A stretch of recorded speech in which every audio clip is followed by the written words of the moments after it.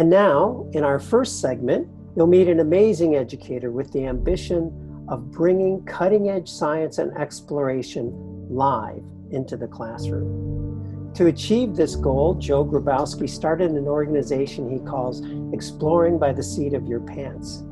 And in just a few short years, this organization has grown to reach hundreds of classrooms and thousands of students worldwide. Nico, how long will it take for the rhino to fully recover? Is it going to be sluggish for another hour or so? We're heading out into the field in South Africa with Nico from Rhino 911. Rhino 911 is an incredible organization that uses helicopter to get out into the field to assist, rhinos in danger from poaching. Good afternoon to everybody there, and nice having you live streaming with us today. Thank you so much. It takes 30 seconds, then he's fully awake. Well, welcome, Joe. Thanks so much for taking the time to participate in Half Earth Day 2020. How are you doing today? I'm good, Dennis. Great to be joining in. Thanks for thinking of us. Well, Exploring by the Seat of Your Pants, you've collected explorers, scientists, adventurers who are willing, through video technology, to come into classrooms around the world live. It's home to over 150,000 gannets. Joe, have you got visual? Yeah, we've got a visual. We can see them on the ground. Yeah, so we're just gonna put away the camera. You started this effort a couple of years ago. I want to start off by just give me some metrics. What's your reach these days? Sure.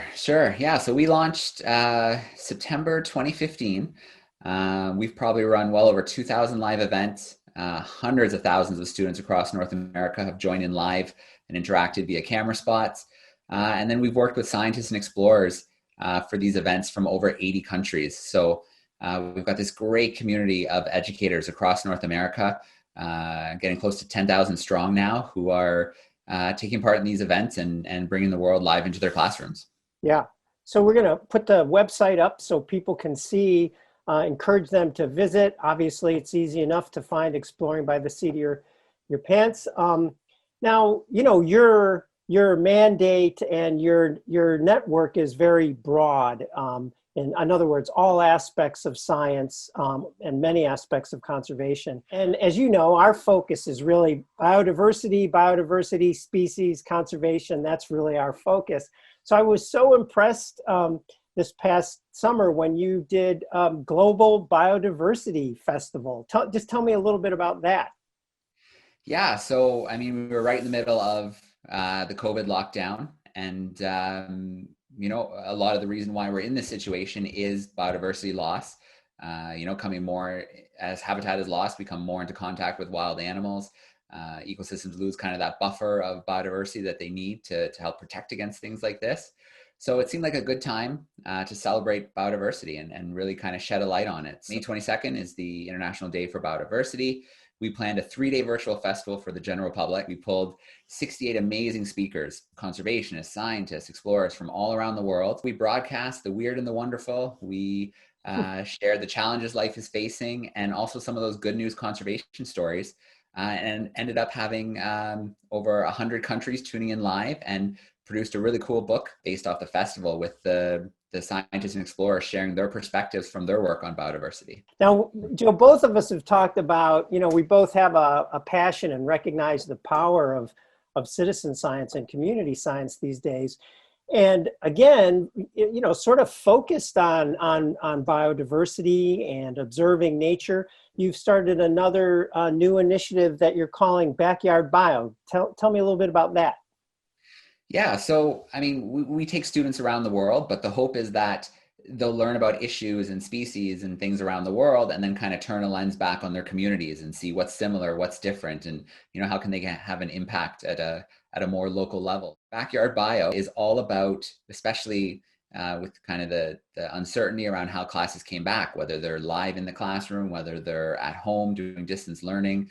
We want an activity they could all take part in and get outside. So we've encouraged students all September long to get outside, document the biodiversity in their area using apps like iNaturalist and Seek. Submit them to us. I think we're getting close to 15,000 observations that have come in so far this month, which is pretty cool. And then we're connecting some of those classrooms in different locations together so that they can compete against each other in like a friendly competition, who can spot the most. Really kind of shares that message with students that our planet is resilient. If we give it space, if we give it protection, it can bounce back.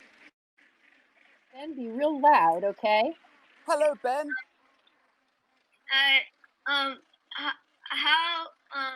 Why do they like that island so Got to much? tune in on some of your programs and have your questions answered. I mean, I can tell, I know it's inspiring to kids, and you know, it just livens up the classroom in a way that would be hard to do, you know, any other way. Thanks for all this great work and for sharing this story with us, and look forward to continue to work with you in the future.